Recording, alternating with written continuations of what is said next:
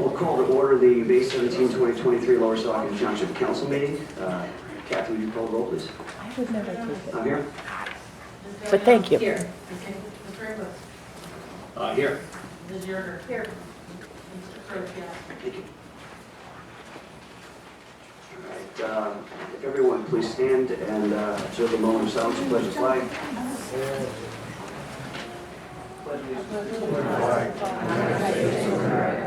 And to the republic for which it stands, one nation, under God, indivisible, with liberty and justice for all.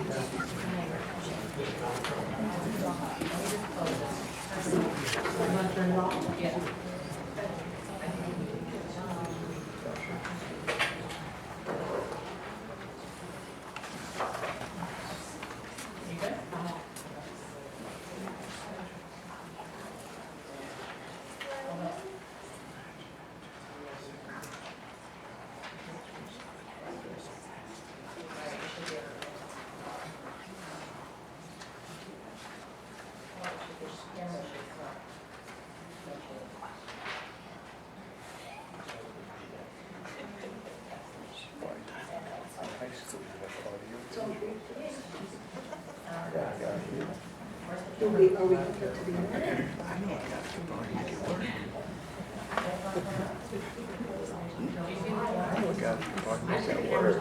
But don't volunteer.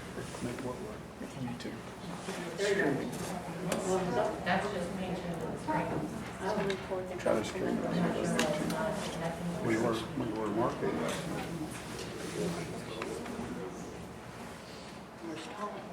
Can you restart it? You could. It'll take a minute. Start from scratch. You have to try it more time. I would try it more time. You don't want to start from scratch? I would.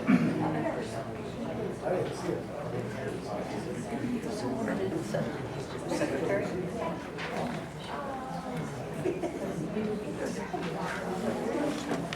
Don't worry, it's live on YouTube now.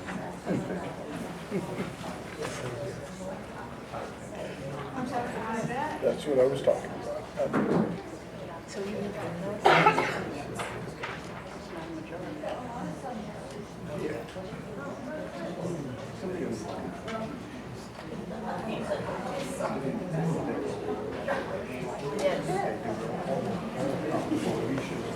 They did.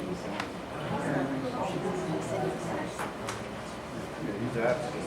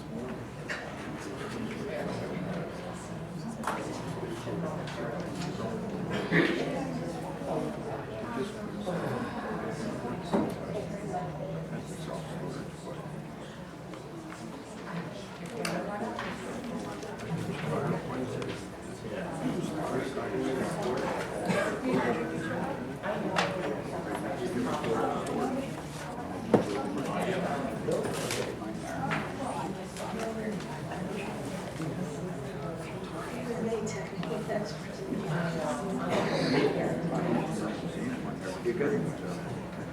Stacey, you good? No, I mean to record. It's recording now. Yeah. Here we go.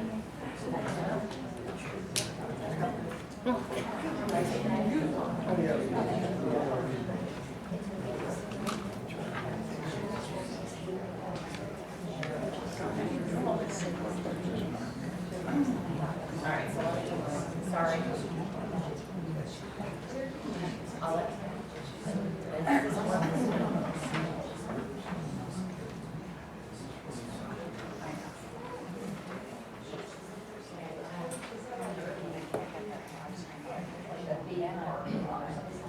There we go. Now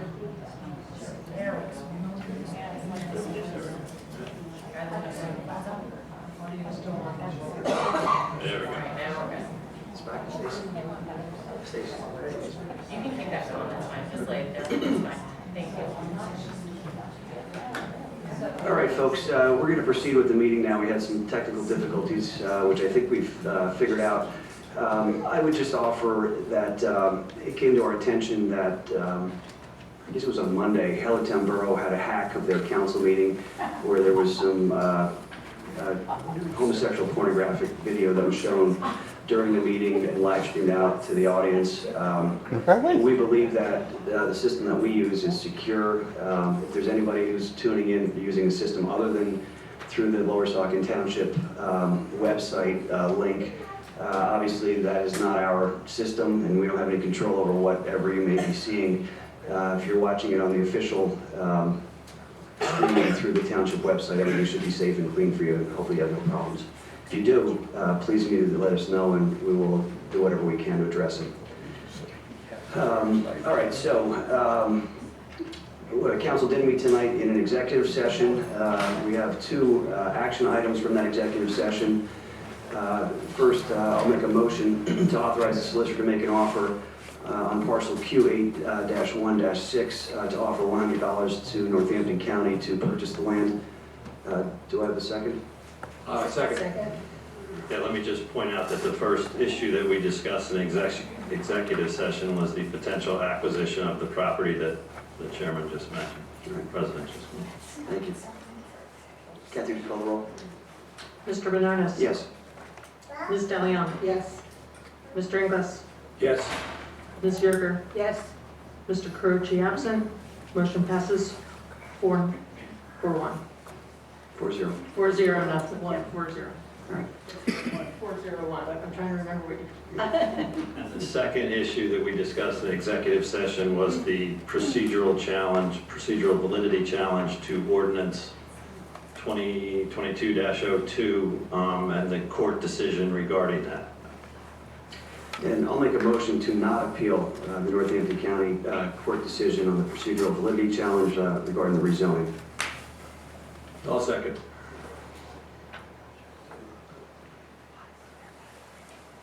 Kathy, call the roll. Ms. DeLeon? Yes. Mr. Inglis? Yes. Ms. Yerger? Yes. Mr. Benonis? Yes. Motion passes 4-0-1. Mr. Croce absent. Mr. Carucci absent. All right, public comment procedure. The public comment procedure is available outside the council meeting room. I would encourage you to familiarize yourself with it. We're now at the point of the agenda with the public comment agenda items only, residents and taxpayers only, 3-minute time limit. Let's see here.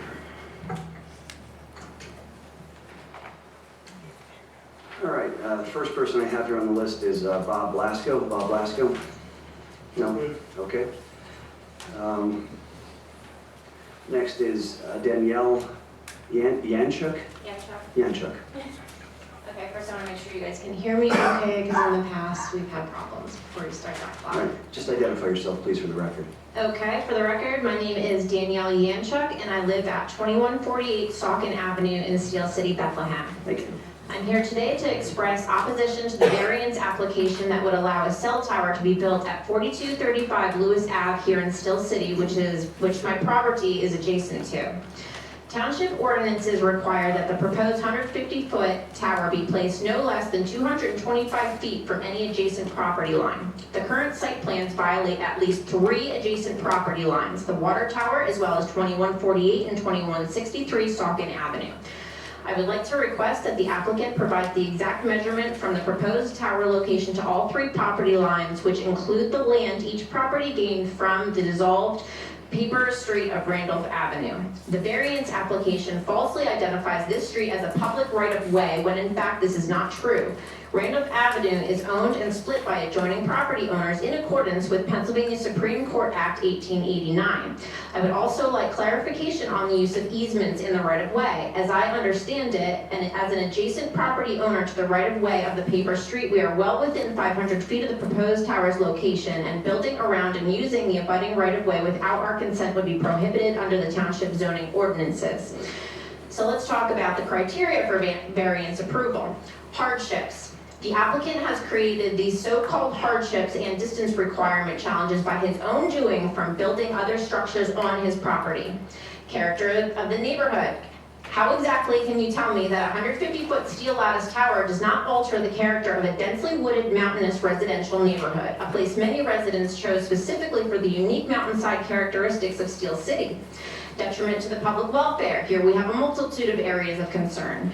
The health of the neighboring residents. The FCC uses outdated research from 1996 to determine the parameters, or what they say is safe regards to cell towers. Since then, a multitude of scientific research has been published indicating that the existing technology of 2G, 3G, and 4G that's in use today poses serious health risks to humans, with children being among the most susceptible to these health hazards. We have many young children living in the vicinity of this proposed tower with zero proof that their health will not suffer as a result of living so close to a radiation-emitting communications tower, and zero studies done that show the health impacts to the general public when these cell towers are upgraded to 5G. Property values. The Department of Housing and Urban Development considers cell towers hazards and nuisances. Studies have indicated that properties located in close proximity to cell towers stand to lose up to 20% of their home's value when trying to sell. Potential forest fires from tower's backup generator. What kind of power will be used? This tower is proposed to be built in a densely forested area in close proximity to homes. If a generator fire should erupt in this location, it could prove catastrophic to neighboring residents. An out-of-control forest fire positioned just feet away would quickly consume homes before fire rescue services could get on site to contain the flames. How about water runoff from the property and soil erosion caused by adding an access road and removing existing vegetation in order to construct the tower? What tests have been done to ensure that the result of this construction won't affect neighboring residences which are directly below the tower's location on the mountain? I can tell you that my property, being situated directly below the applicant's property, has experienced an increase in water runoff during heavy storms over the last few years as the owner has further developed his land. We are concerned this will only, I understand, will get worse as the land is further developed and the tower goes up. I have lots more to add, but I'm out of time, I understand. I urge council to conduct studies to investigate these points I've mentioned before approving the conditional use of this tower. Okay, thank you, ma'am. All right, before we continue on with the public comments on the agenda items, I understand that Mr. Thacker has to leave early to pick up his daughter, and we have some resolutions to recognize both his son and daughter, and they're here today. So I would like to make a motion to amend the agenda to interrupt the public comment just for the moment, so that we can make these presentations to these two fine young individuals who have contributed to the township. Is that, so I'll make that motion now. Sandy, second. Full roll. Mr. Amos? Yes. Ms. Gerber? Yes. Mr. Benoit? Yes. Ms. DeLeon? Yes. Motion passes 4-0. Mr. Croce absent. All right. And for those who are following along on the agenda, this is item 3B. This is the resolution recognizing junior council members. Resolutions have been prepared recognizing the following junior council members who served the 2022-2023 school year. Resolution 44-2023 is for Rudra Thacker, serving as a junior council to Township Council. And Resolution 45-2023 is for Nitya Thacker, serving as a junior counsel to the Planning Commission, and I'll read those proclamations for the public. Whereas the Lower Saucon Township Council appointed Rudra Thacker to serve as a junior council member on council, and Nitya Thacker on the Planning Commission, whereas both junior council members participated in the meetings during the 2022-2023 school year and provided input from a student's point of view, and whereas both junior council members have done a great job and brought with them the eagerness of learning more about local government in their community.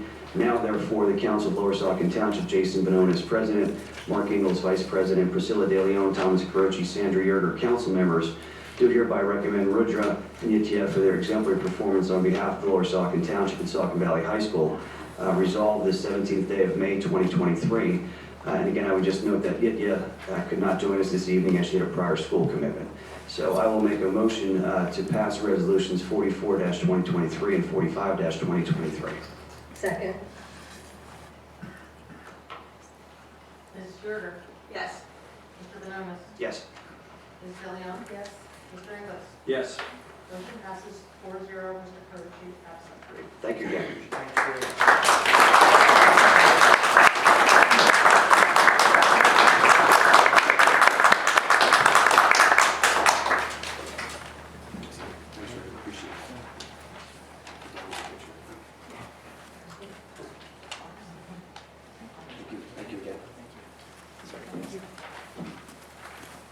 Thank you.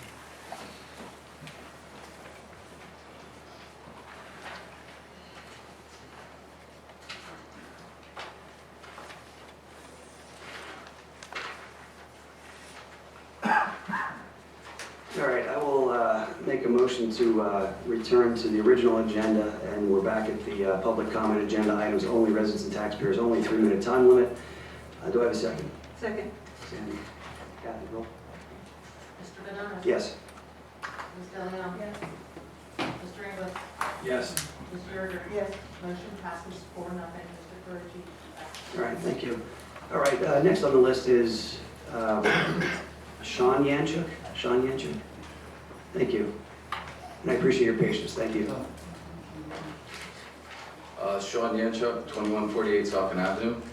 I oppose the Verizon cell tower construction. Township ordinance require the 150-foot tower be placed no less than 225 feet away from any adjacent property line. Property values will decrease on the surrounding homes.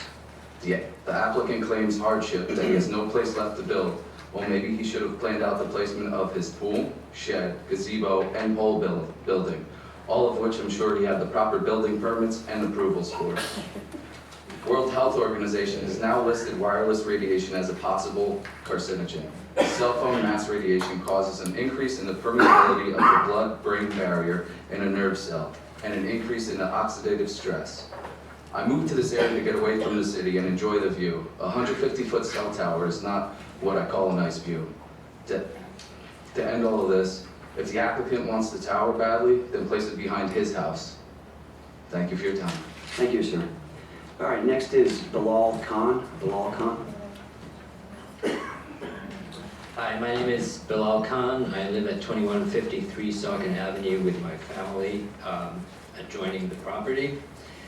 And I work at Lehigh University in the College of Health. I'm here to speak against the approval of this cell tower. I understand that in the age of digital interconnectedness, there's huge demand for cellular communication, but that demand comes with potential adverse health implications. It's crucial that you know that cell towers emit non-ionizing radiation, radio frequency radiation, RFR, and that while this is less damaging than ionizing radiation of X-rays or nuclear energy, it is nevertheless significant in its health concerns. And the World Health Organization and the FCC have set guidelines on safe exposure levels, but you should know that these guidelines are based on short-term acute exposure experiments and not long-term exposures, which are what would take place if you were to approve this. Studies have suggested that potential risks related to long-term exposure at low intensity for non-ionizing RFRs. For example, the International Agency for Research on Cancer classifies RFRs as group 2B carcinogen, which means that it is considered a possible carcinogenic agent for humans. I hope that this should raise some eyebrows. Others speaking before me have argued about precisely why placing this tower where it is would violate existing guidelines. I would like to take it a step further. Let me tell you a little bit about some facts about one of our neighboring communities. Allentown, the city of Allentown is rated #1 for asthma. It is the #1 worst city in the United States for asthma. And that's not because everybody there is violating guidelines. Everybody there is following the guidelines, but the sad truth is that there's always a lag between official guidelines and the scientific facts. And this lag basically, unfortunately, only gets resolved when people suffer and die and there are lawsuits. And it doesn't have to be that way if our administrators were cognizant of the risks. So what I've done here is I have printed out 10 copies of the titles of 20 papers that speak specifically to the carcinogenic nature of long-term exposure to radio frequency electromagnetic fields.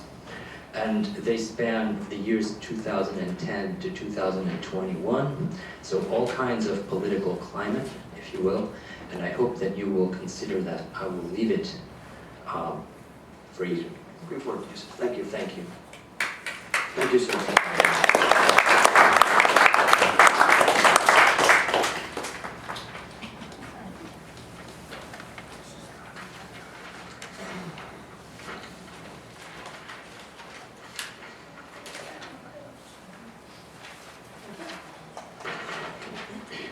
All right, next up is Glenn Kurtz. Glenn Kurtz. Good evening. My name is Glenn Kurtz. I live at 2163 Saucon Avenue, directly behind the property of 4235 Lewis Avenue, and I am in direct approval of, or disapproval of the building of this tower, thinking of building the tower. We moved here in 2004 looking for another place to live, and we found it. And it's a beautiful place to live. It's quiet, it's peaceful. There are no structures of enormous sizes that present any detriment to the community whatsoever. And I feel this one would, and as you have heard, the mountain was previously mentioned to have certain aspects of drainage problems. If this is built, the water tower itself has gravel, some sort of gravel culvert that when it rains, the water just gushes down the mountain, eroding the mountain from the water, past the water tower, right past our house. The water, it's like a river. And I can imagine if something of this would ever come under some, which I disapprove, but if this would ever, the land would be disrupted for whatever reason, it would add to that. And also, it's very dry, and I heard that there's going to be a generator possibly for something of this nature. That mountain's very dangerous. I mean, that wind goes right up the mountain, and I could just imagine what could happen if there would be a fire from whatever. I mean, I know nothing about cell phone towers, so I'm in direct disapproval of this. Thank you, sir. Licenza. All right, next is Kathy Pitcher-McGovern. Kathy Pitcher-McGovern. I'll defer, thank you. Okay. Next is Russ Sutton. Russ Sutton. I'm Russ Sutton. I live at 2133 Saucon Avenue. I live directly across the street where this tower is going to go up. I purposely lived there because I love the scenic view. I do not want a tower sticking up in the middle of the forest. I've been doing this all along. I want to say that mountain, putting a tower up there is going to be hideous, especially when the leaves come off the trees. It's going to stick out like a sore thumb. There's also a possibility they could add height to this. When they put a road up there, the road is already there by the tower, has major runoffs. It's already come down on my property, and I had to put a dike in to prevent the water from going all over my property. And there's a swale next to my house, which the township doesn't maintain. I had to repair it myself because they never cleaned it out. And it flooded my entire property. So this is only going to make it worse and have much more flow of water onto adjacent properties. Also, it's going to lower our property values. That we don't need, we already have a problem with that. I just object to it, and also the health dangers of that as well, because I'm an ex-ICU nurse. I see a lot of people have radiation problems. I just don't want to see anybody getting sick from that, especially children, so I oppose this tower. Thank you, sir. Water Ray.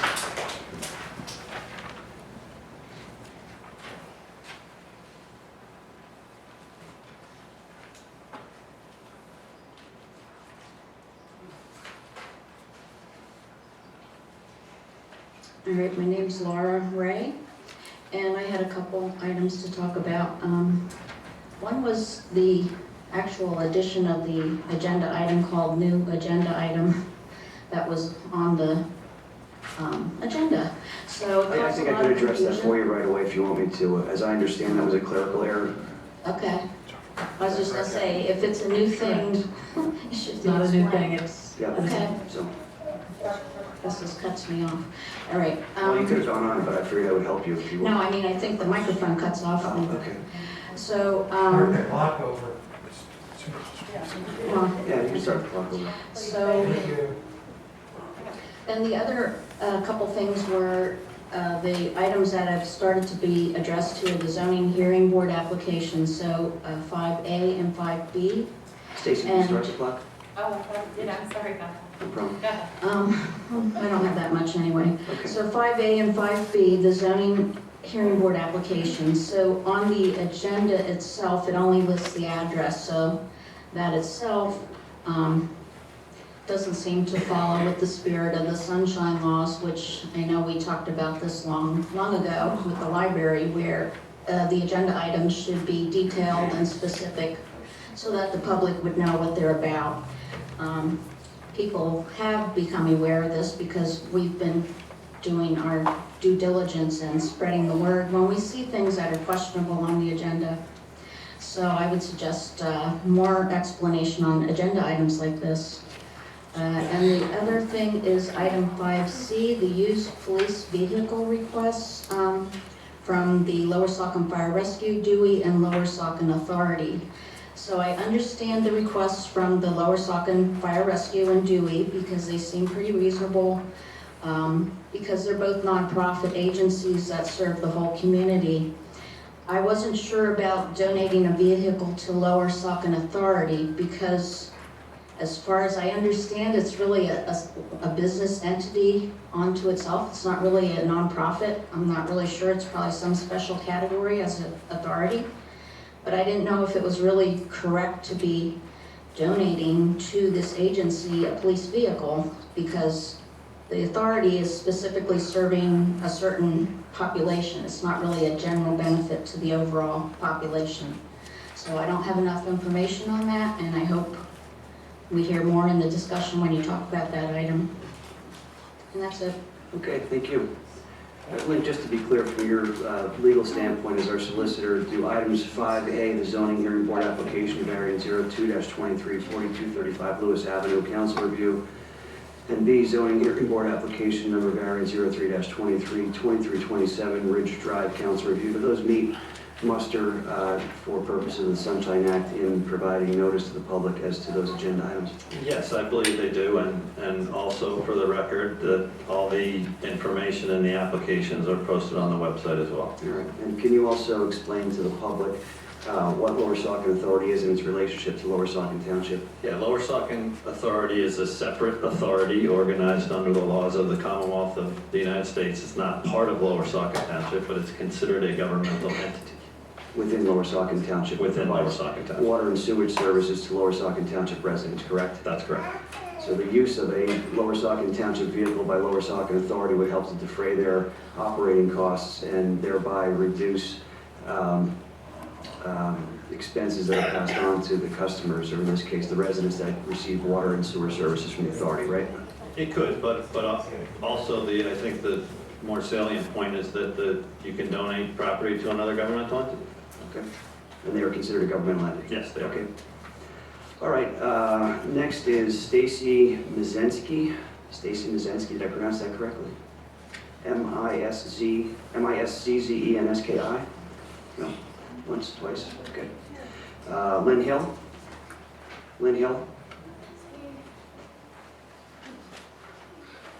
Hi, I'm Lynn Hill, and earlier it was mentioned that you were not appealing the zoning, procedural zoning appeal for the conditional use, for the underlying zoning for the landfill, okay?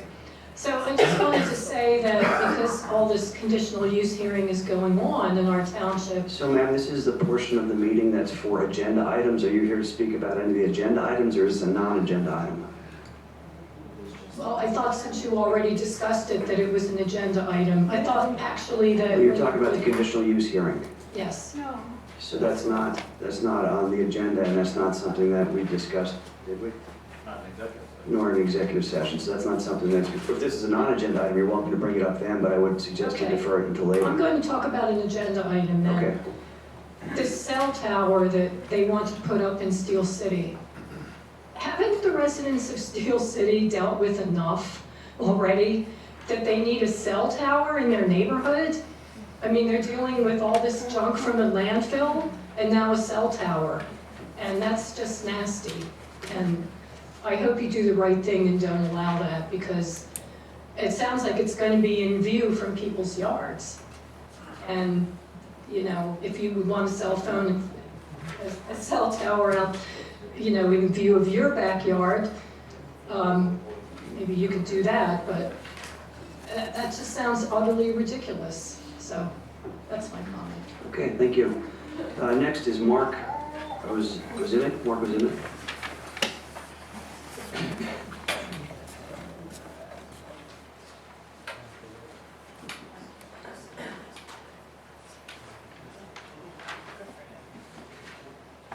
Hello, Mark Zimick, Reddington Road. On the cell phone tower.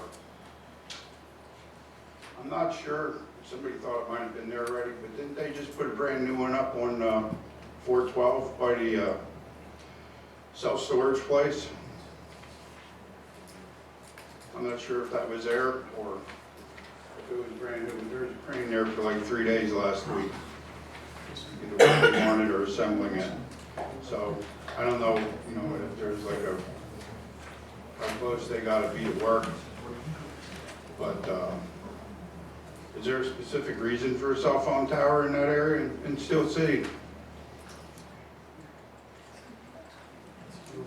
Maybe just point out for the benefit of the audience that the application that's on tonight's agenda is an application by a property owner and a cell tower company that would go before the zoning hearing board to ask for relief from the zoning hearing board. This council is not approving it or denying it, nor has it promoted the cell tower in any way. So the application is on, as all zoning hearing applications go on the council agenda for council to see it, so they're aware of what it is. But the ultimate decision on the this specific application would be made by the zoning hearing board, not this council. Okay, and it didn't go before the zoning hearing board yet, correct? No, it comes here first. Okay. When's that meeting, do you know? It's on the township website. I think it's June 30th. It's at the end of the agenda. June 30th is a Friday. Okay, I can look it up. It's actually May 22nd. It was canceled. No, that was canceled. Yeah, June 26th. Two of them were canceled, I believe. There's been a lot of cancellation, but, okay. All right, thank you. Next is Victoria Optoff Cordero.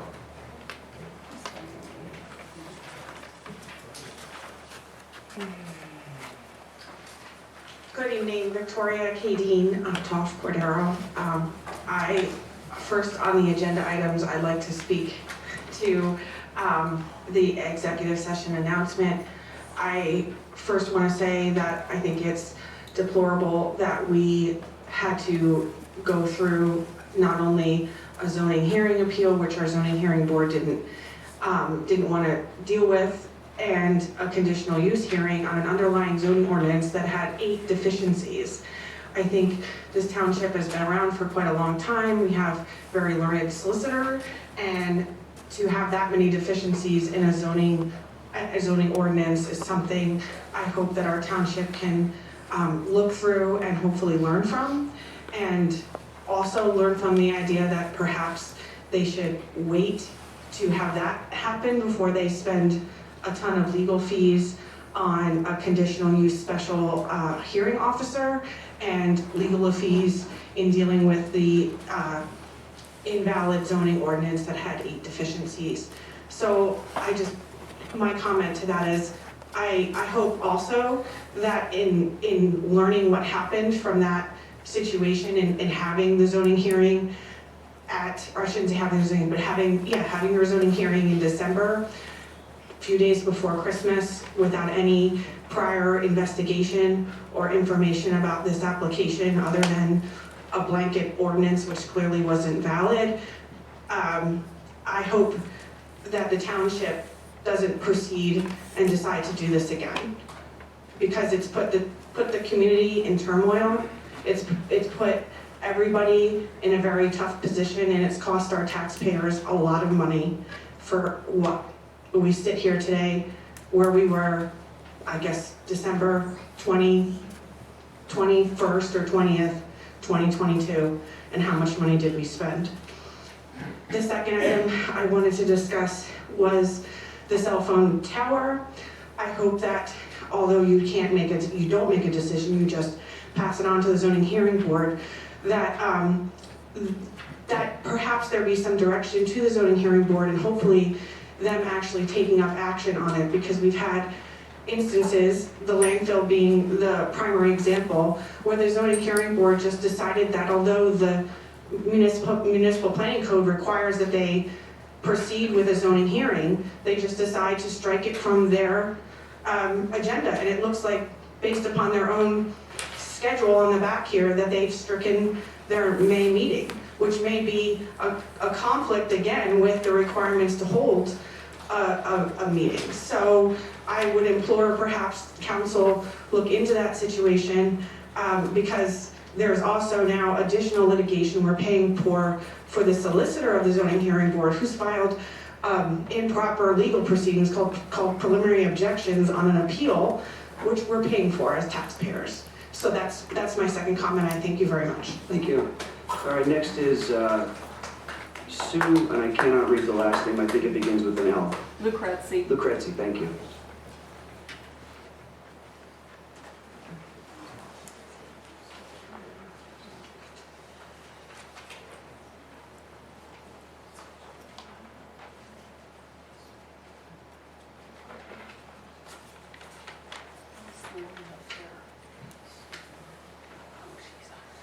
Yeah, Sue Lucrezi, 1984 West Point Drive. From what I understand, in your executive session, you decided not to pursue an appeal. And I urge you to drop this issue. I'm tired of my hard-earned tax money. I worked for 35 plus years, and I don't appreciate my tax money being dumped into this legal fund that's going to fight that's going towards expanding the landfill. So save us our tax dollars and let it go. Thank you. Thank you. All right, next is, we can move on to presentations, hearings, ordinances, and resolutions. We have Resolution 43, 2023. This is recognizing Michaela Jevich for earning the Girl Scout Gold Award. So I will read the resolution that we have here, Resolution 43, 2023. And unfortunately, Michaela could not join us this evening. She has another conflict. But Resolution 43-2023 reads as follows: a resolution recognizing Michaela Jevich for receiving the Girl Scout Gold Award.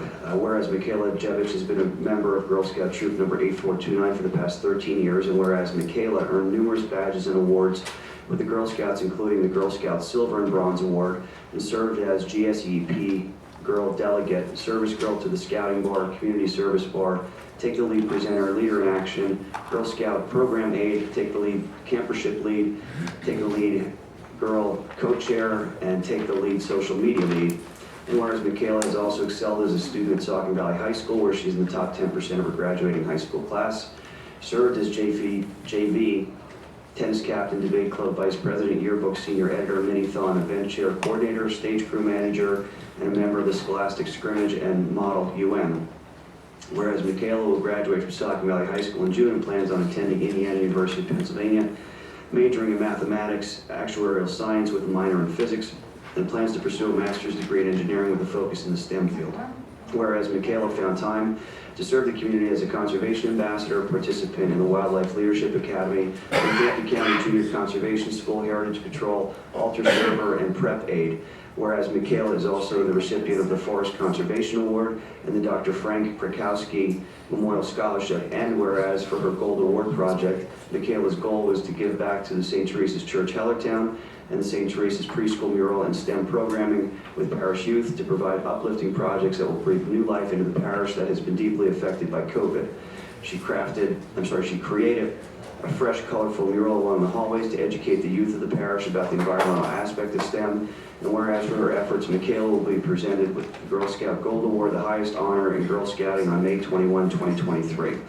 Now therefore, be it resolved that the Council of Lower Saucon Township, Jason Bedone as President, Mark Ingles Vice President, Priscilla De Leon, Thomas Carochi, Sandra Yerger, Council members, wishes to recognize and commend Michaela Jevich for receiving her Girl Scout Gold Award, adopted and enacted the 17th day of May 2023. Lower Saucon Township, Jason Bedone as Council President, Tess Mark Hudson, Secretary. So I will wholeheartedly make a motion to recognize Michaela's fantastic accomplishment and to approve Resolution 43-2023. I'll second it. Mr. Inglis? Yes. Mr. Berger? Yes. Mr. Bananas? Yes. Ms. DeLeon? Yes. Motion passes 4-0. Mr. Croce absent. All right. Now we are up to developer items. There are no developer items this evening. Township business items. First item is the zoning hearing board application for variance 02-23, which is 4235 Lewis Avenue for council review.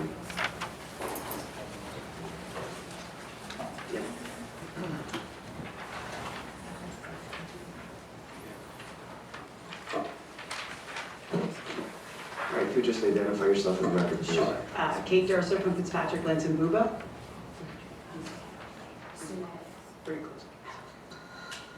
Suman Chow from Wireless Access Technologies. Okay. I didn't understand a word she said. Suman Chow from Wireless Access Technologies. Thank you. Please. Okay. Just because we've heard a lot of comments, I just want to clarify one thing first about the zoning hearing. The reason the zoning hearing was changed was because originally we were advised that the council meeting was maybe going to change to next week, which then interfered with the zoning date. So they asked us if we would agree to continue the zoning hearing to June, which we agreed to. We also provided the township with an extension and a waiver of the time limit, so there isn't any issues related that the township is trying to hide something from anybody. Thank you. We gave the extension. The second is we are here, we have submitted, our first step is for the variances. Ultimately, if the variances were to be granted, we would go for conditional use approval. What conditional use approval, just for the residents, is that the ordinance identifies what zoning districts a wireless communication facility can be located within. This is a property where the map has identified is a place that's appropriate for a wireless communication facility to be located. There are specific requirements in the ordinance that we need to adhere to. The main reason for the requested variances was that we were trying to not disturb a lot of the woodland area on the site. If the setback variance were not to be granted, we would relocate it elsewhere on the site. But the main reason we requested the setback variance so that we didn't have to clear cut a number of the trees so that we could have a natural buffer of the base of the facility. The second variance was related to not having to pave the access drive. The reason we were asking for relief to not have to pave the access drive was to not create more stormwater in the area than would be otherwise necessary. The other reason is that typically these facilities only require generate traffic about 4 to 6 weeks, every 4 to 6 weeks of a maintenance vehicle. So it's not something that would necessarily need to be a paved surface. And then the third really is not a variance as much as it is an interpretation. The ordinance allows the use of natural existing vegetation to buffer the base of the facility. As I stated, the site is located within a wooded area, so it made more sense to ask for permission to use the existing, more mature, dense wooded area as a natural buffer of the base of the facility, rather than removing mature trees and replacing them with shorter evergreen trees. As it relates to alleged health effects, the Federal Telecommunications Act of 1996 would prohibit the municipality by law from being able to deny a facility on the basis of alleged health effects. The federal government has made determination as to what should be permitted in maximum exposure levels, and that is what the wireless carrier is required by law to have to meet. These facilities operate hundreds of times less than the maximum exposure limitations set by the federal government. As it relates to property values, the facility, again, is allowed by conditional use. This is a determination that this facility, a wireless communication facility, is appropriate for the property and that location, even given that it is in a residential area and zoned RA. And I think another comment was related to the runoff. If the variances were to be granted and we were to submit for conditional use approval, we're required to include a site plan. We did include a site plan with a zoning application which shows ENS, erosion and sedimentation controls, so that we would address any runoff that would perhaps be generated by the site. Typically, when we go for a conditional use and a site plan submission, the township engineer participates in the review of those materials to make sure that the site and the facility would not be generating or causing any concerns from a stormwater runoff perspective. The facility itself is a small compound. It's not going to generate any significant stormwater runoff.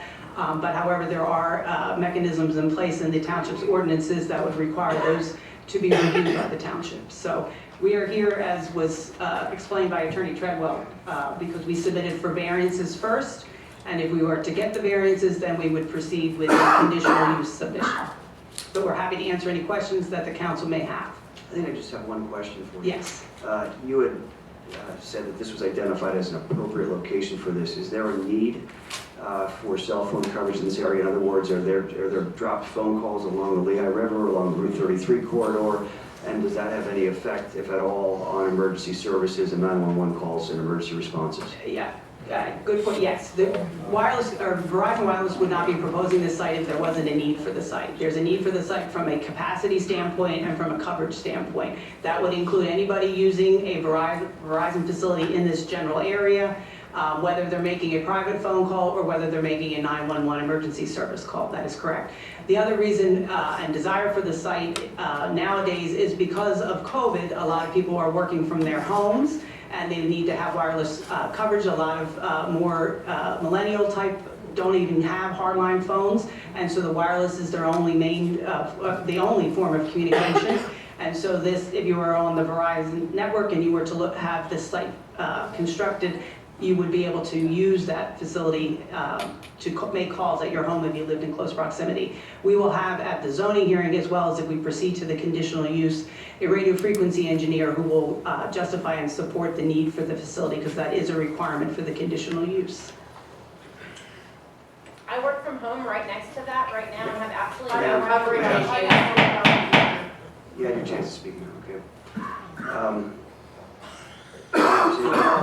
Actually, ma'am, can I go back to the beginning? You said it's a permitted property for a cell phone tower as is? I said it's permitted. What I said is that the zoning district to which the property is located within is an area that allows wireless communication facilities by conditional use. And what a conditional use means is it's allowed as long as you meet the ordinance requirements. Okay. And by putting it where you're putting it, you want to save the trees? Is that? Well, well, That's part That's of their the reason we purpose. asked for the variance. We certainly can relocate it further into the site, but that will require removal of a lot of trees. And many times people don't want to see all the trees removed. So our first step was to ask the zoning hearing board if it would be willing to grant the relief related to that. We're well aware what the setback requirements are and the size of that tract. I'm a little confused. You have properties within the 200-foot radius of Lewis Avenue. And you have properties listed Easton Road. Easton Road is a long way from Lewis Avenue. I'm trying to, it's not making any sense to me. Here, What addresses are you? property address, Easton Road, Lower Saucon Township. And there's another one on the other page. I think that's the Property, where the building is. well, no, that one has where the owner is. Usually the other ones have where the, you know what I mean? So I don't know where those, so it doesn't make sense what you have here, to be perfectly honest. There's a couple of them like that. The list of properties within the radius would have been obtained, there's a map with it from the Northampton County tax Somebody, assessment records. I would, you're gonna have to double check that. 'Cause it So says- Sandy, I think what this list identifies the parcel numbers, which are part of the Northampton County. So if you look at parcel number 1, that's a property that's owned by Lower Saucon Township, somewhere within a 200-foot radius, and it identifies the property address. It should actually be the property owner address, because 3700 Old Philadelphia Pike is where we are right now. Right, I So, understand that. and that would be the same with number 3. I believe that the owner of parcel number P7-5-21-0719, that owner, Paul F. Steckel Jr., care of Margaret Mansfield, that owner is on Easton Road. Not that that's the location of the property. The property is identified by the parcel. That parcel is located within a 200-foot radius, but the property address means the owner of the parcel, not necessarily the physical location of that individual who, they may not live there, they may not be on that property. Is that right, Link? I don't know, I was gonna ask Kate, but maybe you could clarify. I will the clarify exact- with Yeah, the I zoning just want officer. to make sure, because Absolutely. the other way, some of them are listed very clearly, that this Yeah. is the property owner and they live here. Understood. Usually we just get the printout from the, It doesn't from make the any, like I said, it's not very clear. So Yeah. It needs to be clear. we will clarify it and make sure that Mr. Young has it confirmed before the notices go out before the June 26th Because hearing. it's gonna, if this was a mistake and there's other properties that are gonna be impacted other than these, then we need to know. That's all. Thanks, Sandy. Anything else? No, Okay. no, not. I have several questions. Does our ordinance require paving of the access road? Yes. So it's a requirement, so you're asking for a variance for that? We submitted a variance to not have to pave the access drive, yes. So that's really, you're supposed to look at hardship, so that was kind of self-created? Understood, and if we have to pave it, then we will pave it. But we were trying, again, to avoid having additional runoff that would be unnecessary for a site like this. But are you providing for a site runoff from the site plan of the tower base? Yes. Yes. Do you have that? We have it, well, right now we're only going to the zoning hearing board, but including in the plans is an ENS plan. Again, if we get through the zoning hearing board and we were to submit for conditional use approval, it would include a site plan review, which would include a review of that. I do live next to the property, just so everybody knows that. And one day I was sitting on my deck and I happened to look up to Rocky's property and I saw a red balloon. And when I saw that balloon, I'm like, and then Rocky told me that he was applying for this. And I said, well, you're a property owner, you can, apply, do what you want. It has to go through the process. But he told me that it was going to be behind the water tank. And when I look at the stuff in our packet for tonight's meeting, and I look at the water tank, it's nowhere near the water tank. It's more between the Anchuk's property and my property. When you look at the pictures and you see the little arrow that goes down, and that's right in a paper street. I'd like to see, do you have with you a plan that shows like my property, my neighbor's property, Randolph Avenue, Yes. where this box is gonna be, I'll call it a box for the area that the tower's gonna take up. Yes. And Rocky has 10 acres of land, so why down over by, Steel City is the most densely populated area in the entire township. Did you know that, Kate? I know that, I know that it's fairly dense, yes. Okay.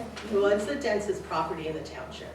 So you're putting a cell tower on the edge of our properties, and there's over 250 homes there. So I'm talking about me, but I'm also talking about all my neighbors. So, and so I'd like to see that plan because it was very, very, you know how you make copies after copies after copies? It was very unclear in our packet. I'm not sure what's in your packet, but I have a plan. Okay, do you have an X? Do you have? I only have this one with me because I wasn't intending Can I to see it? present exhibits to you.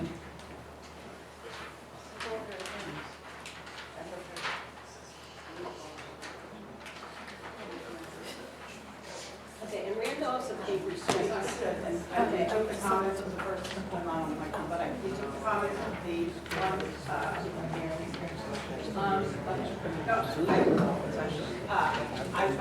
we heard what the one neighbor said. Can we hear this conversation, please?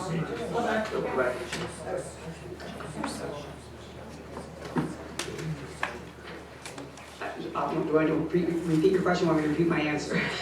Yeah, we heard what somebody said about Randolph being a paper street and that each property owners would own to the middle of the street. So it actually would make the setback greater than what's indicated on the plan because our property owner would also own to the middle. But we will verify that before we go to the zoning hearing so that we are sure of what the setback is. Because if it was in fact a paper street that has been vacated, I do agree that it would, each property owner would own to the middle of that. Correct, and when Rocky was subdividing, because it was originally 10 separate, he combined 10 acres to create his property. Okay, that was way back when he first started building. And I thought that he already absorbed his half of Randolph Avenue. That's what I recall as an adjacent property owner. This doesn't show that though. Oh, I will pull an old map to verify. It's his subdivision. Yeah, I will pull that. Okay, so my next question is then, can you look at the pictures and it shows that little arrow thing? I don't know, can you show? And you're talking about the photo simulation that we submitted? Correct. Yeah. Can you show that up there? The first PDF? I don't know what page it would be. What are we looking for? Map? Picture page. Well, yeah, that kind of shows. And I don't know, is there a reason why you did not take my adjacent neighbor's picture? Is there a reason why you didn't take her picture? Like, We can't go on private property to take the pictures, so they would have driven around on public roads in order to take the pictures. They would not Like Kate. They would not be taking it first from every single property owners, and second, they typically fly the balloon, which is the red balloon that you saw, and then they will drive out. It was the pictures actually you passed. I didn't know what I was looking for. No, we weren't paying attention, I was answering questions at the same time. Can you I turn- believe this is what you're speaking of. you can't turn that sideways? Yeah, that. Yeah. So you learn something new every day. Well, I was thinking Okay. So that's my driveway. And so if you move the cursor, can you move that cursor? Move it, no, move it back. Now up. Can you see the, I don't know, does anybody have a pointer? we do have a pointer there. I'm gonna go back. Oh,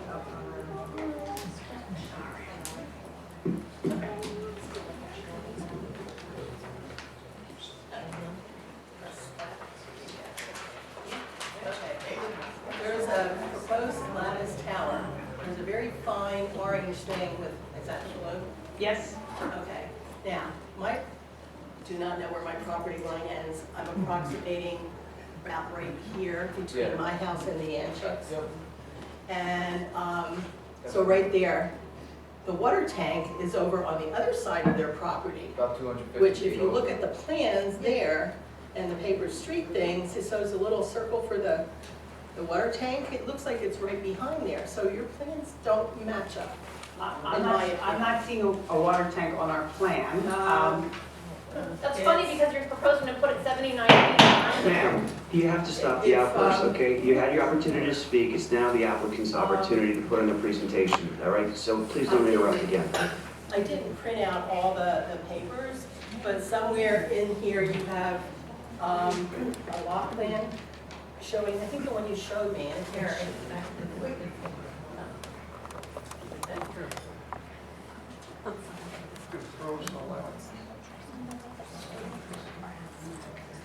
Can't see upside down. Oh, sorry. Ma'am, this is not your opportunity, it's the applicant's opportunity. You have not, ma'am. Ma'am, I'm not here to debate you. This is their opportunity to speak, okay? This is their application. They're here to answer the questions of council at this point. You have the opportunity to speak on agenda items. All right.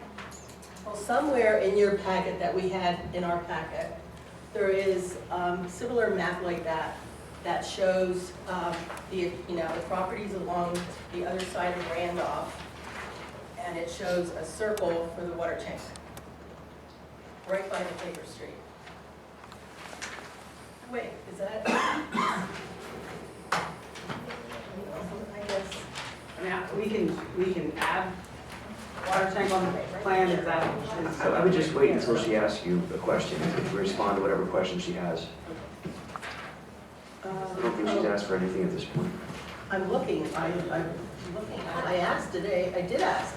Apparently you didn't understand that I asked to see the map that showed the location I have of a the copy water of the tank. map, if you'd like to see it. Are you talking about the page that's ahead of that, maybe? I'm trying to bounce around. I think that's it. I think it's just not copied. It didn't copy well. There, yes, there it is. See the circle? Okay, hold on. Look, back. See the circle? Oh. On somebody That's the else's water property. tank. Oh, on somebody else's property.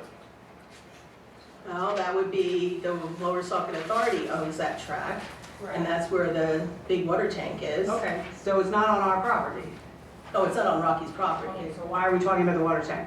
Because I was told that the cell tower was gonna be behind the water tank. So And I'm looking at these maps and I'm showing it in a different place. The tower is directly across from the township property. It's, if you look at right there. Right. And there's the water tank, the circle that you're speaking of. Right. And they're right across from each other. Right, so that's the box where the tower is. Correct. And then it's right across from the circle. But I just showed you pictures of my property with that little orange line coming down, which does not show it behind the water tank, because the water tank is, I don't know, how far up the street from me? Another, I don't know distance. It would be, So the photo simulation is taken by driving around different areas and then taking photographs. that's my house, that's the Yanchucks, and that's the water tank. And Okay. you're telling me it's right here. Correct. And yet I can look at a picture from my house, down my driveway, showing the orange thing, which I'm guessing is about right there. I'm not exactly sure what you're asking. Plans, I live there, I know what I'm looking at. I understand what you're saying. Well, I don't understand what you're saying. What do you mean you don't understand? I don't understand what you're What asking. did I say wrong? I'm not saying that you say anything wrong, I just don't know what you're asking me. All I can tell you is that the plan shows from a survey where the wireless communication facility is proposed. I understand now why you're talking about the water tank, and that is on the township property across It's not the Randolph. township, it's the authority. Authority's property across Randolph. Paper Street. Correct. Right, right. And I don't know what Rocky told you. I wasn't privy to his conversation, but I do know where the wireless facility is proposed to be located because it's surveyed on the plan. Okay, so I guess, I read the 3-page letter that you put together about the setbacks, and, the proposed tower, it's supposed to be, our ordinance requires commercial communication towers outside of a right-of-way to be set back 1.5 times the tower height from property lines, existing residential dwellings, residential boundary lines where a tower is not permitted, and from occupied buildings. That we all live in an occupied building that's gonna be there, so where's our protection? We are set back the requisite height.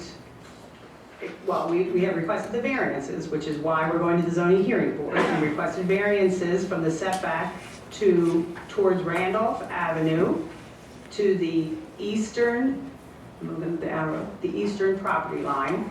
We meet the setback to the southern property line, and we meet the setback to the western property line. Right, so you're taking away all the protections that's in our ordinance to protect the neighbors from a cell tower. Well, we are set back the requisite distance from all of the neighbors across Randolph Avenue. Can I say that again? You're saying that we're not set back the correct distance from your house. We are set back the correct distance from your house. We have asked for the setback variance to Randolph Avenue. The property immediately across from Randolph Avenue is the authority property. That's not how I took it when I looked at all this stuff. So I think there's an error in here somewhere. I guess Rocky picked this area, it says it right here. Rocky was involved in the selection of where the site would be located. Yes, he is the property owner. And he has 10 acres. He has 10 acres.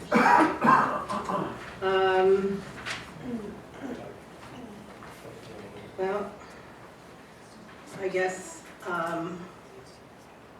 as an adjacent property owner, I'm opposed to this also in support of my neighbors. So,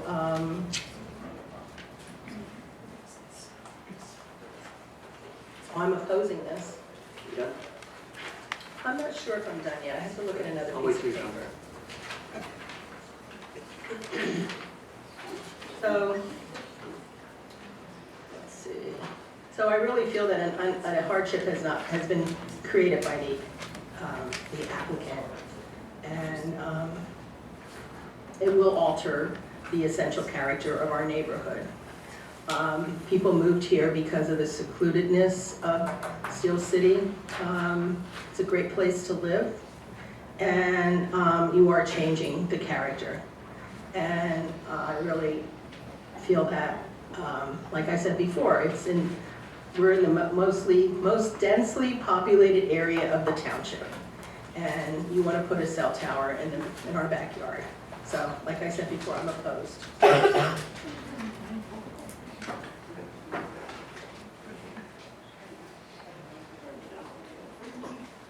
Thank you, Kate, for your answers. Sure. Thank you. Kate, I just have a few questions just for my own clarification. I just want to understand, with regard to the setback relief that you're requesting under section 180-127.1A2A5D, that is with regard to the setback across Randolph Avenue, and the interested party to that would be the water authority where the water tower is located, correct? That is correct. So- That is the closest, we have to be set back from the property line, and that's, I understand that. yes. Yeah, I understand. I'm just trying to understand. Yes. And we've been here, we had public comment. The water authority was not here to speak in any opposition to what you're proposing and to seek any strict enforcement of that section of the code, correct? That would be correct, Okay. yes.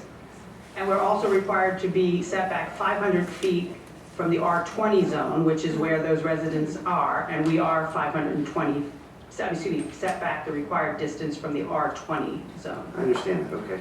And there have been some questions about the location on this property, and I understand this location was chosen in part because it's least disruptive to the trees. If you were to put it on another part of the property, you would need to cut down trees, which is obviously environmentally correct. That would be correct.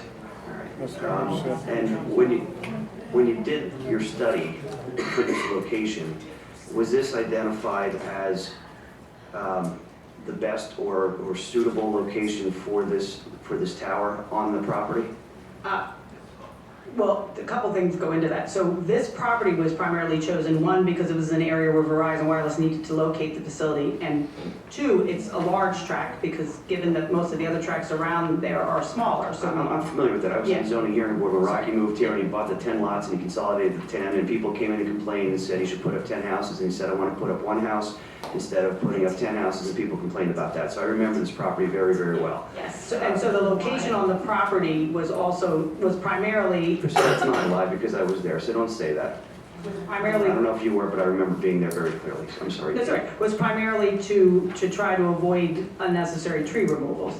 Could it be other places potentially on Rocky's property? Yes, but again, we're going to the zoning hearing board so that we can not have as much tree disturbance as we would otherwise have. Right, but just disturb the residents, that's okay, okay. Well, again, it's zoned where the wireless communication facility should be located. By law, that is where we're told by your ordinance to go. Here a long time too. Yeah. And I've been doing the wireless for a long time too. And you don't live in Steel City? Sir, folks, these people, stop. These people were very, Priscilla, it's my floor. Okay, stop interrupting, come on.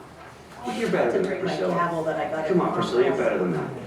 Folks, these folks were respectful to you when you wanted to get up and speak, and yet you're still continuing to blurt out and interrupt them. Would you please provide some courtesy to them? Please, I don't think that's asking too much. You understand what the rules are for the meeting. Please follow them so that we can have an orderly meeting. If you can't do that, then please leave the meeting, okay? Thank you. I do have one more question. I'm not done yet. Okay. All right? I said when you're done. Fair enough.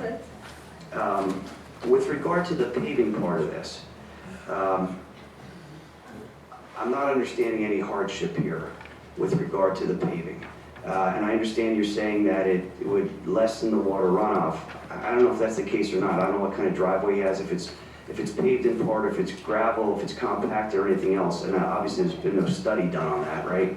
It's not compacted now. If it was paved, it would be compacted, which would typically create more of a sheet flow than what's there now. All right. Are there stormwater measures on the property currently based upon the driveway and what exists on the property, the structures and any other development that's on? I don't know that I can answer that question, but I can find out. I don't know the answer to that question about what stormwater measures he may or may not have on his tract. All right. That would be a good question to Yeah. answer. Yeah, that would be good, Jason, thank you. So I know, Priscilla, you have another comment, and then I have something else, but go ahead. Okay, my question is, are you required to have some kind of a signature with the adjacent property owners, like the closest to this? Are you required to do that? Not under your ordinance. Not in our, okay, I didn't know. Yeah, no. It's been a long time since we passed that cell tower ordinance. Yeah, no, we would ask for the variances. That's what we do. Okay. Okay, so I have just one question. So we have got a list of properties within a 200-foot radius of the 420-35 Lewis Avenue address. Yes.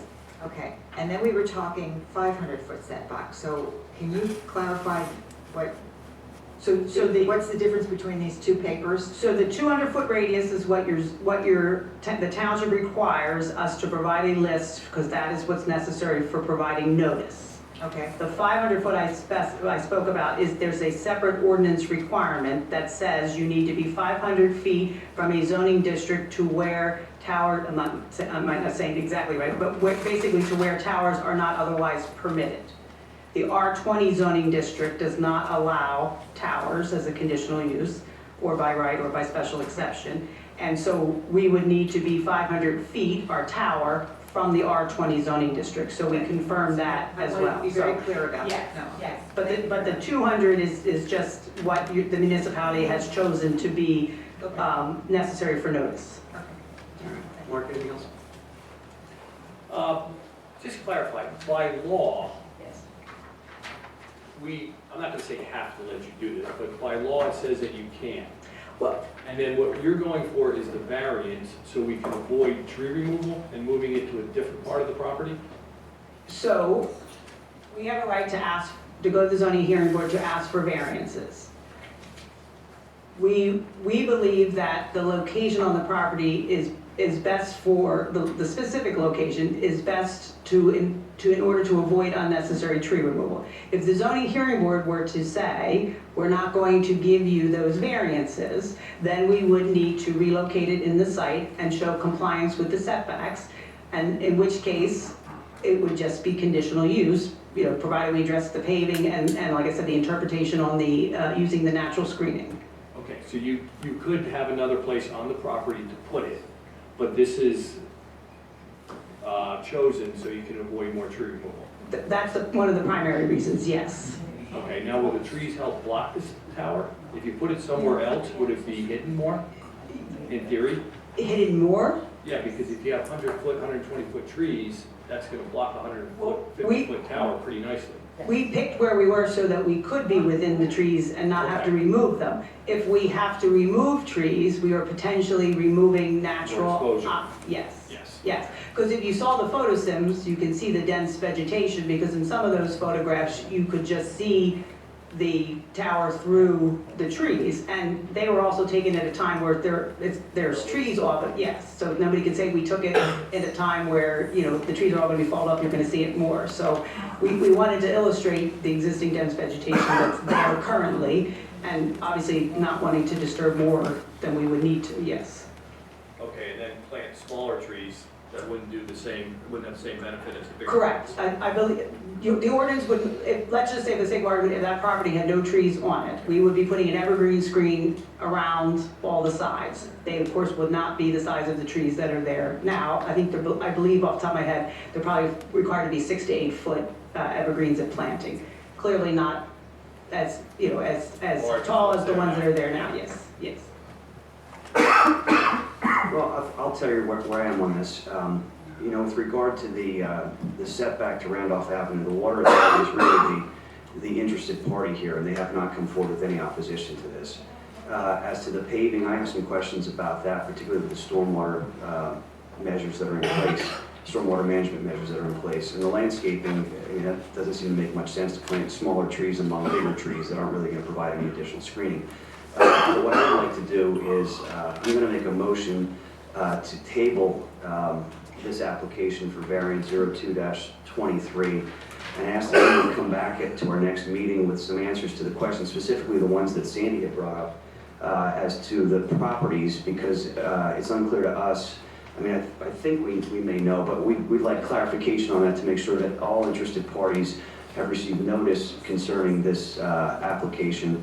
And also, if you could provide us, you know, and certainly this is not the time where you need to submit a full stormwater management plan or anything else, but if you could provide us with some information as to the stormwater management measures that are currently existing and how they may or may not be impacted by paving, I think that may be helpful to our deliberations. That's good. I have one more question for. And I will clarify the Randolph. So I made a motion. Do you want me to add something to the motion? I will second it, but I have a question. Well, I can ask another question. you can ask a question because nobody seconded the motion. I'm sorry, I just said I second your motion, but I have a question. So go ahead. Okay. The platform, I'll call it a platform, your site area, how large is that? I believe it's 50 by 50, but let me 50 by just 50? confirm. 50 by 50 fence compound, yes. Okay, so 2500. that would be the fencing around the tower. Correct. So the tower footprint would be. Not more than 50 by 50. Well, I understand that, that could be right, but it was, you know, how far away from the fence is it? The only reason why, go ahead. So, I have a purpose here. yeah, so they have, yeah, it's a lattice tower. If I'm looking at the compound, I might be able to rough it for you. Yeah, I just, you know, you'll have more, you can come back when you come back and give me the specific answer, but I'm just curious. The reason why I'm saying this is because our trees that surround our properties are at least, I'm guessing, 120 feet tall, maybe, some of them. And I can't tell you the number of trees that fall down on both, all the properties of my neighbors. And what would happen if a tree would fall and kind of fall on your tower? We locate towers in all different areas, close to trees, within trees, part of trees. So typically it doesn't, because of the structural stability and the structural requirements for the tower, I I mean, I'm not a structural engineer, but I'm gonna say that it's not an issue. They also have these long shorelines and they withstand hurricane winds. We have weird trees that like to fall down. But in answer to your question, it appears, obviously it's a lattice tower, so that it's bigger at the base, tapers up to the top. I saw pictures, I Yeah. read there, Richard. So I'm just eyeballing it because I'm not a surveyor, but I would say the tower itself based on the fence compound, looks like it's maybe 20 feet from the fence, and it's roughly in the center of the fence compound, and that's just a rough. All right, thank you. All right, can you call the roll, Kathy? So that if they come back to the next meeting, when's our next meeting? Table this to the next meeting, June 21st. I'm sorry? June 21st. June 21st, and then the zoning hearing board would be the following Monday. Monday. If it goes, I mean, things could change, I'm just questioning. I'm just dealing with what's in front of us, which is the application. How they get to the zoning hearing board is up to them. And when they get to the zoning hearing board.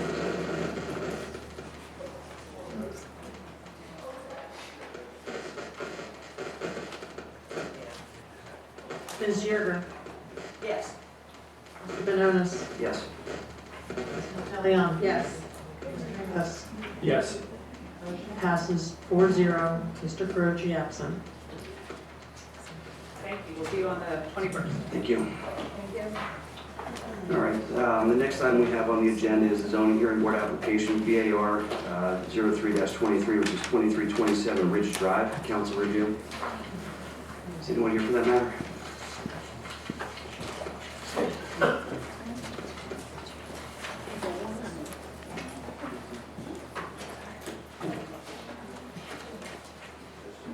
Hi, how are you, sir? You just identify yourself, please, for the record. Yeah, my name is Michael Blair, with Solar Energy World. Go ahead, it's your application, correct? Actually, I was simply here to answer any questions that you guys may have about it. Can you hear me better now? I was just asking if you could speak a little closer into the Yeah, no worries. Yeah, I simply showed up tonight just in case you guys had any questions that need to be answered about the application, with the expectations that the zoning board may actually have more information that they need from us. All right, Ryan, you have anything you want to add to the application? No, the township ordinance has very little specific requirements to the solar panel arrays. They can't be located in the front yard, they can't block solar access to adjacent properties. So they simply are violating the setback to the adjacent property line with the structure. And it is, as I understand it, it is existing and has been built in that location. Yeah, that's correct. When we applied for the permit originally, we received an initial approval, which our permit manager, who was with us at that time, and incorrectly interpreted that as an approved permit, and we moved to install based off of that. Afterwards, when we found out what the issue was, we applied for the variance. A little more context.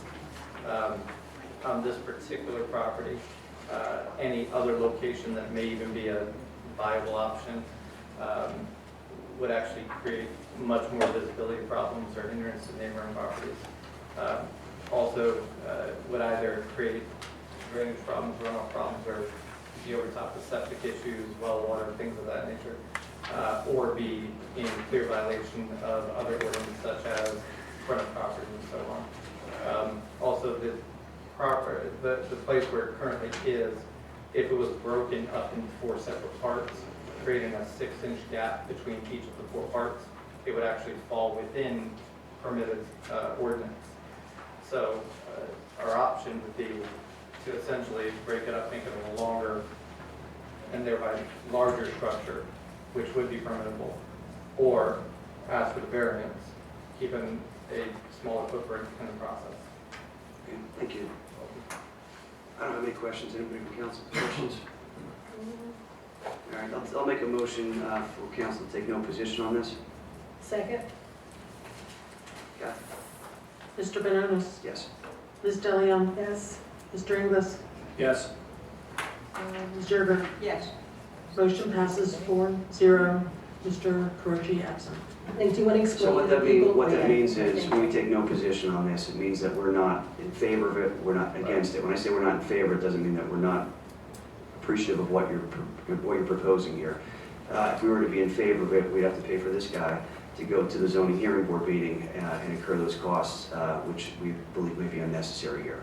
So what you'll do is you'll go to the zoning hearing board, you'll seek your relief before the zoning hearing board, and depending on what they do, depends on the direction that goes. That's fair. I appreciate it, guys. Good luck. Thank you. All right, next up is the used police vehicle request for Lower Saucon Fire Rescue, Dewey and Lower Saucon Authority. Township has received a request from Lower Saucon Fire and Rescue, Lower Saucon Authority and Dewey EMS for the donation of a used police vehicle. Township staff has discussed the request. They've identified 3 vehicles that will be available this year to donate if council approves. Township staff is making the following recommendations. Lower Saucon Fire Rescue would get the 2017 Ford Explorer SUV with currently 87,112 miles. Lower Saucon Authority would get a 2015 Ford Explorer SUV with 142,450 miles. And Dewey EMS would get a 2015 Ford Taurus sedan with 120,632 miles. So unless there's any questions about this, I'll make a motion to approve the vehicle requests as noted to Lower Saucon Fire Rescue, Dewey EMS, and Lower Saucon Authority. Second. Ms. DeLeon? Yes. Mr. Ingles? Yes. Ms. Jerger? Yes. Mr. Benonis? Yes. Motion passes 4-0. Mr. Carochi absent. All right, the next item is resolution number 46-2023, which is the Keystone Grant, additional grant money for Upper Town Hall Park Playground. It's always a good one when people want to give us extra money.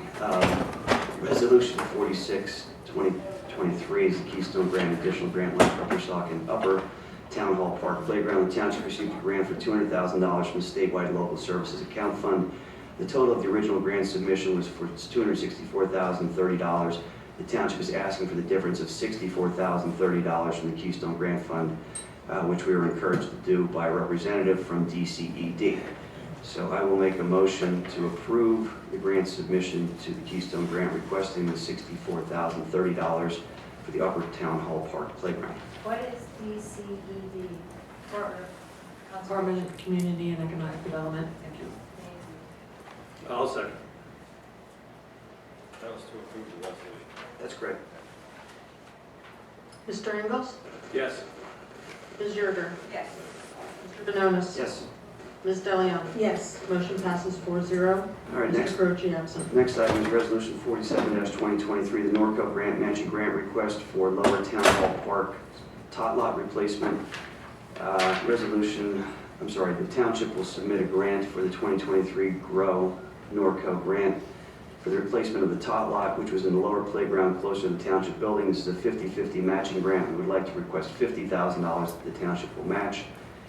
Unless there's any discussion, I'll make a motion to approve a grant submission to the 2023 GROW Norco Matching Grant requesting $50,000 for Town Hall Park tot lot pursuant to Resolution 47-2023. Question or just a comment? It's always nice to see the kids playing there, and I see them Yep. almost every time I come here. I agree. It's great. Is that a second? Yeah, that's a second. Ms. Jerger? Yes. Mr. Benonis? Yes. Ms. DeLeon? Yes. Mr. Ingles? Yes. Motion passes 4-0. Mr. Carochi absent. All right, next item we have is Resolution 48-2023, the Police Traffic Services Enforcement 2024-2026 Grant Program, the DUI grant. Resolution 48-2023 has been prepared and authorizing Council President to execute the DUI grant application on behalf of Lower Saucon Township Police Department. I will make a motion to approve, unless there's any questions, I will make a motion to approve Resolution 48-2023 for the Police Traffic Services Enforcement 2024-2026 grant application. Do I have a second? Mark? Second. Mark, second. Mr. Benonis? Yes. Ms. DeLeon? Yes. Mr. Ingles? Yes. Ms. Yerger? Yes. Motion passes 4-0. Mr. Croce absent. All right, we're up to miscellaneous business items, approval of the April 4, 2023 council minutes. Unless there are any edits or changes, I will make a motion to approve the April 4, 2023 council minutes. I'll second it. Thank you, Sandy. Kathy? Ms. DeLeon? Yes. Mr. Ingles? Yes. Ms. Yerger? Yes. Mr. Benonis? Yes. Motion passes 4-0. Mr. Croce absent.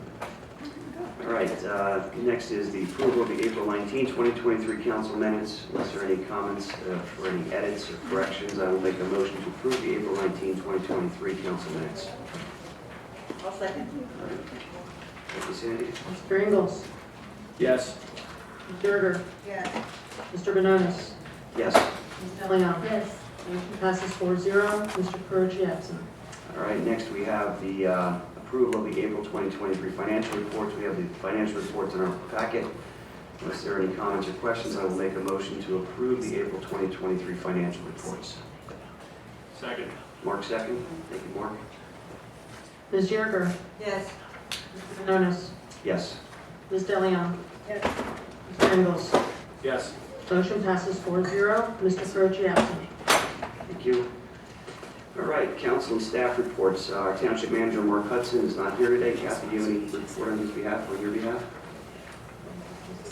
What's that? I'm on. Yeah. Nothing. All right, our junior council member, council. So let's start, Mark. Council report. Yes, a couple things. Parks and Rec met last month, and we want to pursue pickleball courts. And we've identified a spot out at the Polk Valley Park where the original community center was designed to go. And we figured this was a nice place to put it because apparently it's noisy and we're away from people and neighbors there. And I think it's discussion whether we put in 4, 5, or 6 courts. And I spoke to Mark Hudson about this, and I think we're going to talk to Hanover a little bit and see what we can do to get that ball rolling. No pun intended. No pun intended on that one. So that was what we talked about there, and we also talked about perhaps pursuing a community center option over by where the dog park is, where it was originally set up to be where we're going to put the pickleball courts, which really isn't a very big piece of property. But now, since we own where the dog park is, it'll be a much better situation over there. So it was just a conversation to perhaps start talking about it. Nothing serious with that yet, but just if anybody has any feedback or has any comments on it, we'd appreciate. It would stay, it would go below the dog park, I believe. Oh, below the, okay. Yeah, like I said, it's just strictly in preliminary stages, looking for feedback, and if anybody has anything to say. And then, the other thing we did was, we had a nice meeting down at Heller Homestead last week, and we sort of followed up on what we came up with before, with the conservatory, Priscilla, is that what? Saucon Valley Conservancy. Yes, Conservancy. And we spoke with a gentleman that's a restoration specialist, and unfortunately, I think his technique would be extremely expensive and cost prohibitive to ever really get anywhere with it. So we came up with somewhat of a hybrid plan where we would like to keep the footprint of the barn intact, stabilize the walls, and actually make them more sitting walls, 2 or 3 feet high, because we have some concerns with safety and we didn't really want to fence the project. We wanted to keep it open for everybody to be able to access. The arch has already been stabilized, so that's in good shape. So we would like to use some traditional mortar methods that our restoration specialist advised. So we're sort of doing a little bit of a hybrid. We're doing some of the original stuff, using the original stones and everything else with the original mortar that would have been used, and then making it just smaller. Now, to do this, we have to somewhat ask Public Works to do some work with some heavy equipment to gain access to the walls that we can either lower for safety purposes and also cost,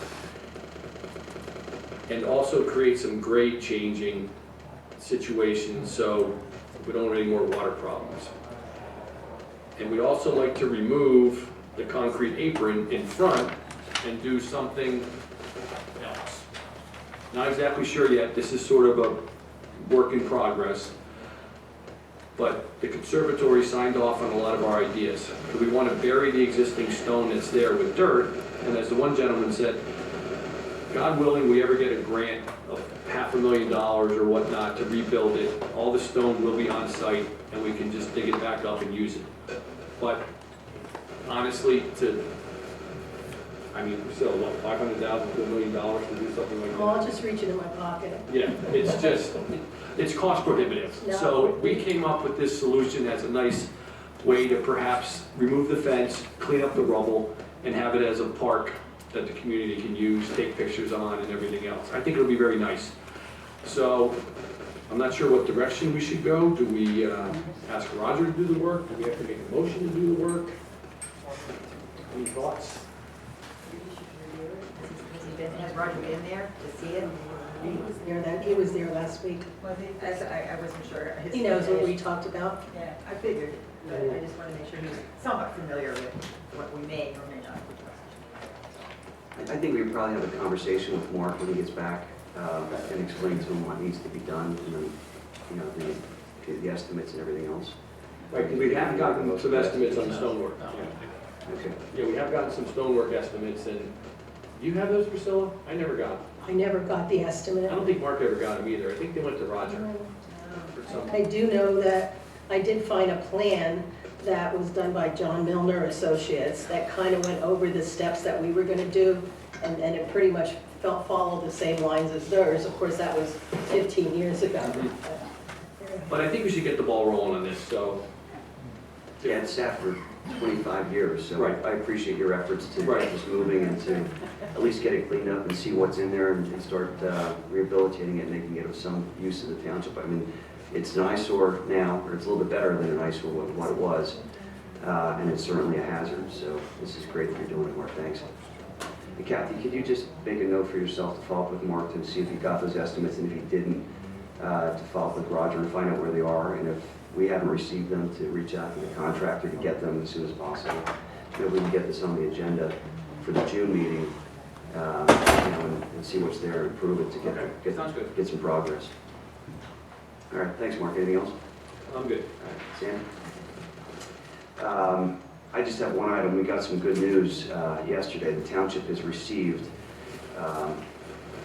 $508,000 of grant money from DCED for Northampton County, allocated for the Eastern Road ball field improvement. So just to provide some historical perspective, we had tried to get this going last year. We got an exorbitant estimate in, it was $2.4 million during the height of COVID, when there were supply shortages and manpower shortages. So we decided to table the remodel of the Eastern Road ball field with the hope that prices would come down and that we could get some additional funding. So we've received $508,000 here, which is a nice chunk of change toward that project. So, thankful. As I understand it, our state representative, Malou McKenzie, was integral in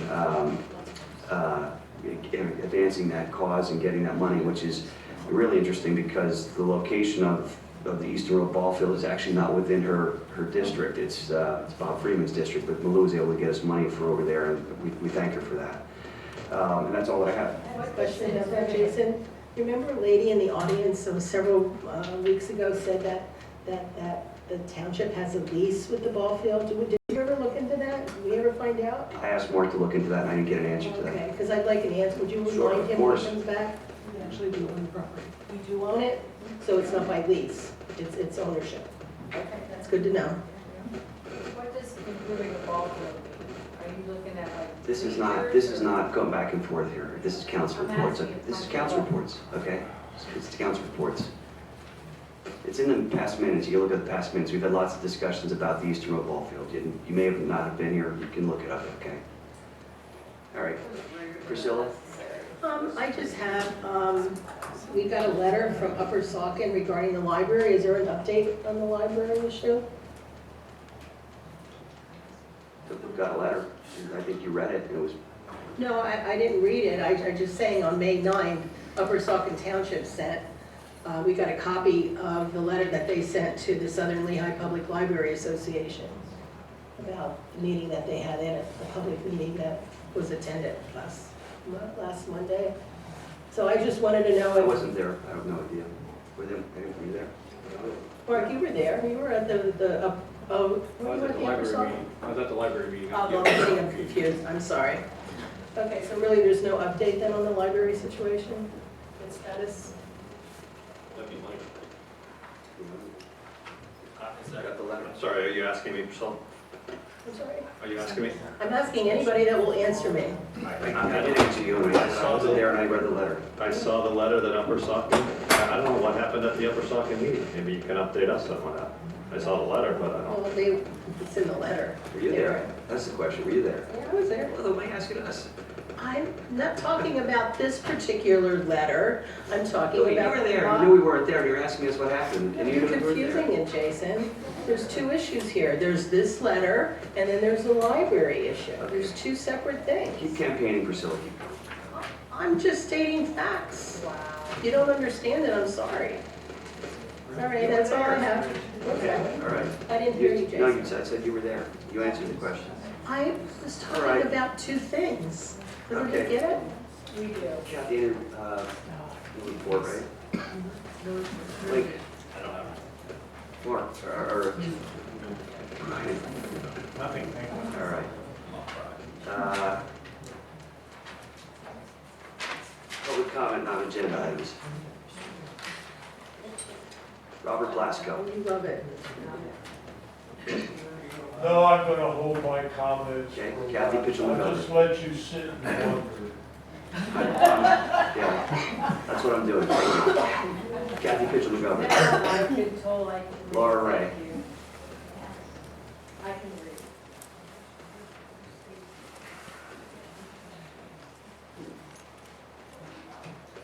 Stop. Okay, Laura Ray. I'll make a comment. I don't know if you guys can hear up there, but there's really a lot of weird static and noises coming through on the speakers back here.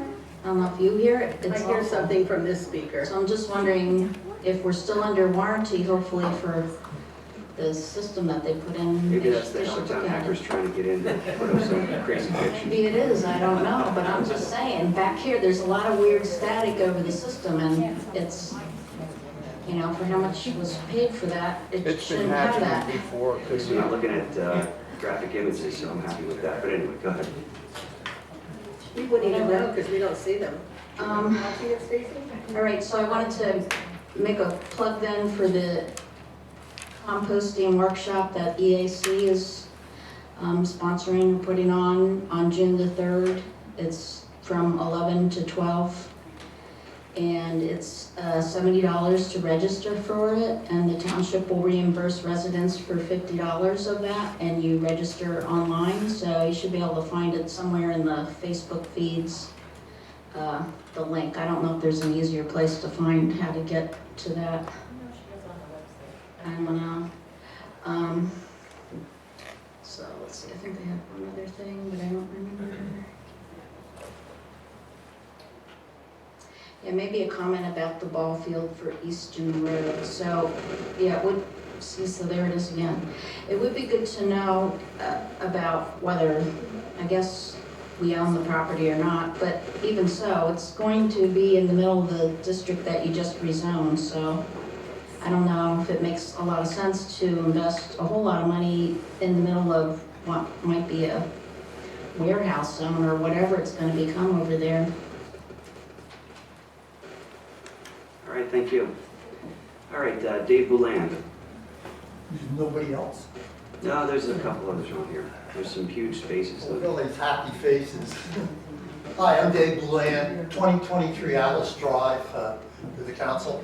Don't really have much to say. I'm very pleased about the grant here for $500,000. I think the council's done a wonderful job. Everybody on the council getting this kind of money. It's really free, so to speak, free money. I think the last grant we got, it cost us 1% to get the grant, and it was like 1,000 for 100. So congratulations on that. Really pleased about the streets that were paved over my area last year, not my particular one. Bottom line is they're back and they're following up on it so that the sides around the streets are all being done. And every time I drive down 378, I still think about the fact that it bounces and bumps, and here on council's paved the same amount of area in 2 weeks and dug up the road and done all that. Congratulations, keep working on that. Gotta watch my time. All right, so interesting discussion about the RF tower. I find it interesting that WHO says, well, they have concerns about it, but they also remember they had detailed concerns about holding your cell phone up right up to your ear. Obviously a lot lower power, also a lot less away. And as everybody knows here, if you're a physicist, that it drops off as the square of the distance. Anyhow, good discussion on that. I was really impressed with the back and forth on the other issue of where the tower is and why it's there. And I really had a question and did ask the gal going out, why is it the zoning board doesn't get it first, right? And because they're the quasi-legal entity. As everybody here knows, they go by the rule of law. And she said, well, in Pennsylvania, which I didn't know, we have to also notify the council a priori. And I think that's a good idea, and I think it's a good idea that people get their say. I don't think it's a good idea that people pop up and give the council their finger when they don't agree. Although I did find myself over here chuckling, and I got corrected for it, which is good. The other thing is, I think if you are a member of the council and you are directly involved in something, I'm not sure you should be able to forward your own personal views as part of as you were just a normal resident like I would be. So that's universal, whoever it is. Okay. So you're suggesting that recusal? Pardon? You're suggesting a recusal in those circumstances? Of course. Yeah, I mean, that's a direct conflict of interest. Why would you vote for something you've already said you don't like? Anyhow, that's pretty much it, 17 seconds. Thank you very much. Thank you. All right, next we have Victoria Cadian Optoff Cordero.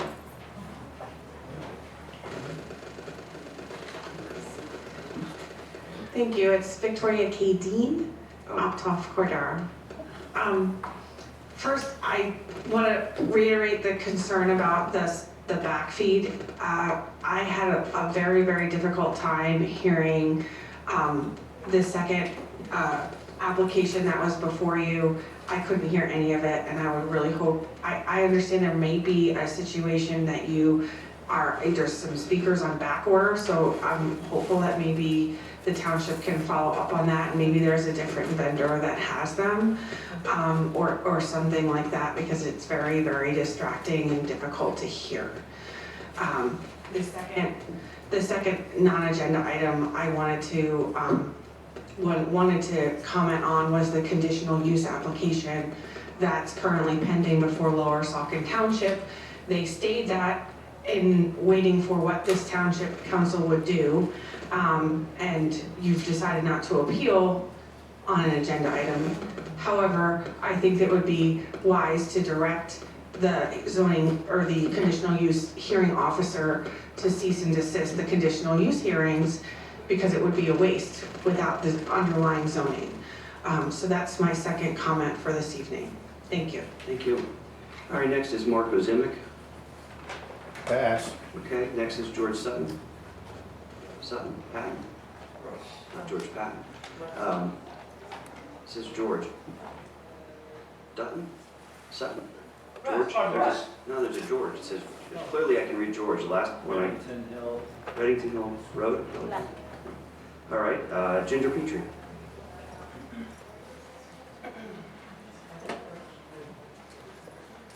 My conversation, Ginger Petrie, 2626 Reddington Road. My conversation has to do with the landfill, and I guess the assumption that we're going to go back to square one and start it all over again. Here we are again. You just feel like a woman having her cycle, seeing us at least once a month. We feel like we're at the movies. First, people sitting out here feel that we must be having an out-of-body experience. It can't be that we're fighting for all the things that we are grateful to be alive for. When people are dead, they can't feel anything that we are feeling.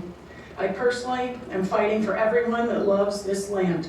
Plants, bugs, birds, animals, moss on the rocks, trees, and most important, air and water. I also stand before you to ask you to reflect on people that you knew in the past. People that already died, that love this beautiful place, like my Mr. Shiner, who owned the farm before me.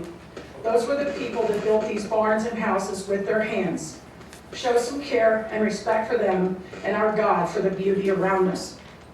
The feature movie we're in is Groundhog Day. Fighting your decision, we have put the time in out of our lives. We have had to be subjected to listening to the landfill spew their crap about how wonderful they are for more than 3 months. Just like Groundhog Day, we will hopefully have the blessing to wake up and do it all over again. All you have to do is wait until the end for Mr. McNair's summary and then blow it off for your own agenda anyway. So we are paying the bill twice. Oh yeah, just like the subdivision process.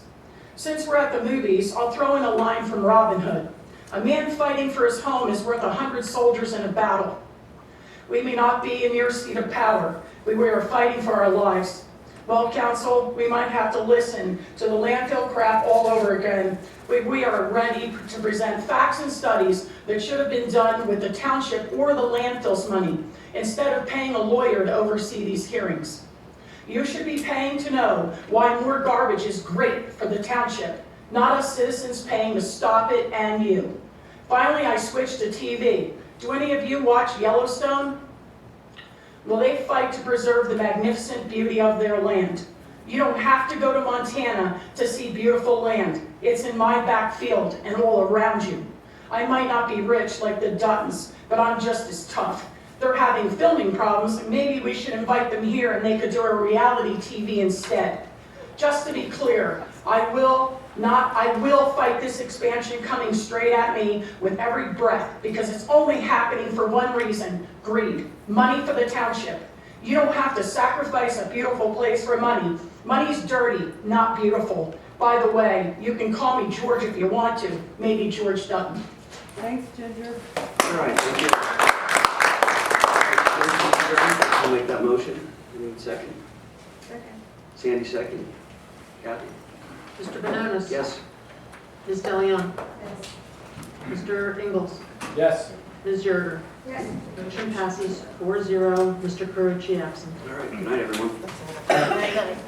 Tip your waitresses. You live in Steel City?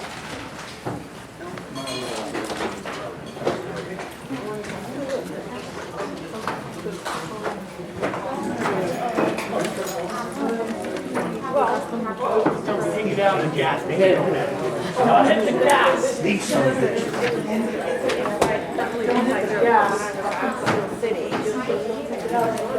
Oh, yeah.